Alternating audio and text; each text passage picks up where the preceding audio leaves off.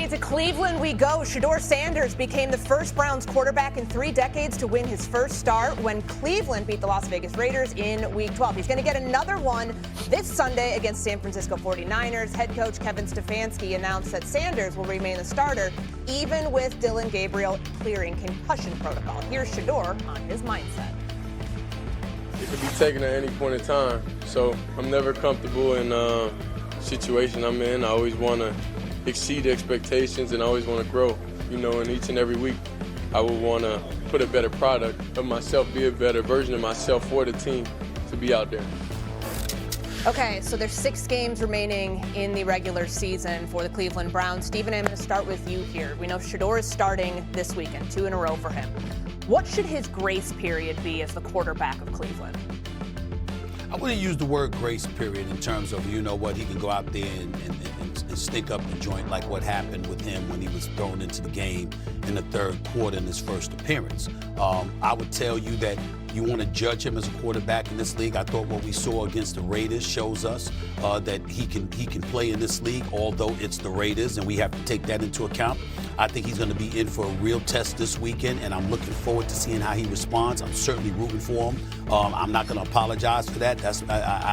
I love the kid, and I want the kid to be successful going up against the 49ers and Robert Saleh's defense. Robert Saleh's going to have something for him, and it's going to be really interesting to see how he responds because the 49ers are not the Raiders.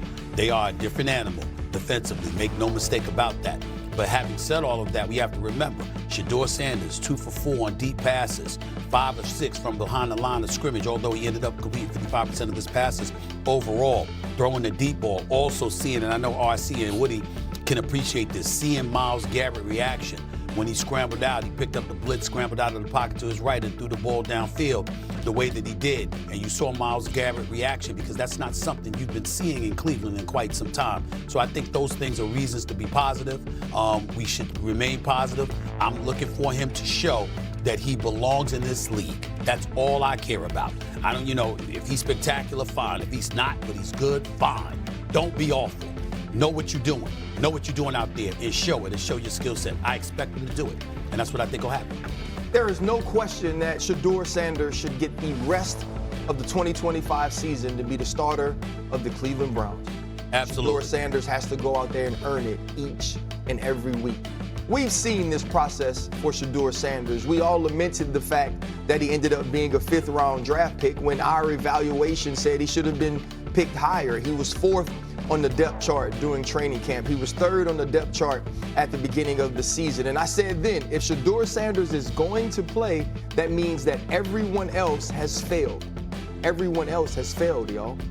We know that Dillon Gabriel isn't the quarterback of the future for the Cleveland Browns. In 6 starts, his longest pass was 26 yards. You just talked about what Shedeur Sanders was able to create by improvisation and getting outside the pocket and pushing the football down the field to Isaiah Bond. Jerry Jeudy had a fumble on another play created by Shedeur Sanders. Shedeur Sanders should get more opportunities with the first teams, more opportunities to practice, and more opportunities to show his ability to lead a football team this season. And we know that Kevin Stefanski is going to make him earn that each and every week, but this shouldn't be a short leash situation. Kevin Stefanski behind the scenes should be going to talk to Shedeur each and every day and say, right now, this is your team. This is your opportunity to show us that even with the draft capital that we have gained for the next few years, we don't need to use it on a quarterback. We need to use it to build a team around you because you are the guy that we've been looking for.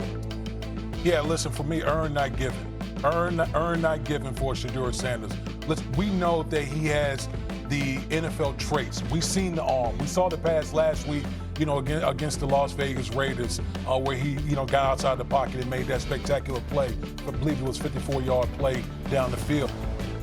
Shedeur Sanders had more 30-yard plus plays in last week's game than all of the quarterbacks combined. Okay, that's played for the Cleveland Browns this year, so that just shows you what this man is able to do. But I think, if you're Shedeur Sanders, you want to continue to earn the trust of the locker room.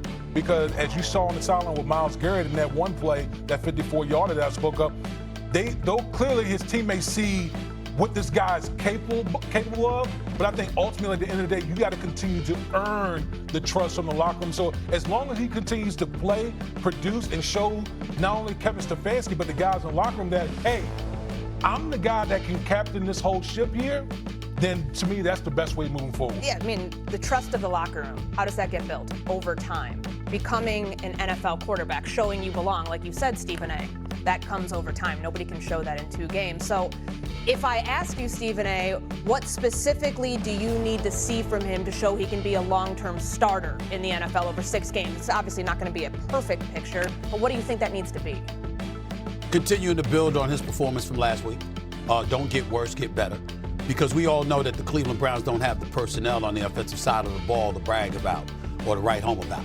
So if you find a way to continue to elevate and grow, despite being handcuffed to some degree because your offense is bereft of the weapons necessary to really make some noise, then that's going to speak volumes for him. And it's going to send a message that he indeed should be that guy moving forward into the future. I completely agree with RC. I should have said it earlier. He absolutely should start every game for the rest of the season because you know Dillon Gabriel ain't necessary to answer. Joe Flacco is gone, all right? And not only that, you got a couple of picks in the upcoming draft where you could go after a quarterback. So since all of that is in front of you, what do you have to lose by putting Shedeur Sanders out there every week, naming him the starter for the rest of this season and making sure everybody knows this is the guy that you have to game plan against? If you're his teammates, this is the guy you have to game plan to play with. Go out there and show us what you got. Make the team his for these last 5 or 6 games for the season, and that should position you as a franchise to tell you what you need to know so you can decide what you need to do in the upcoming draft. Shedeur Sanders needs to prove himself right. And people love to cherry pick on social media the things that Shedeur says that makes him seem arrogant or too cocky.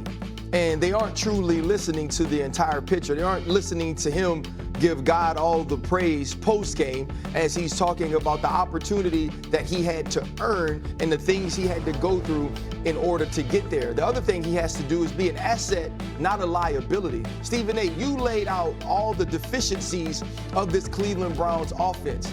Shedeur Sanders can't also be one of those. The egregious losses that we saw in college, the things we saw in the last preseason game where he's trying to make a play but yet hurting his team by running backwards, taking bad sacks, throwing the football into coverage. He can't do those things. And then on the other side of that, he has to make the occasional splash play that's all him. The thing that people get drafted in the first round to do, the thing that people become franchise quarterbacks by doing. And if he can do those, I think he puts a foothold in that backfield as the starting quarterback of this team.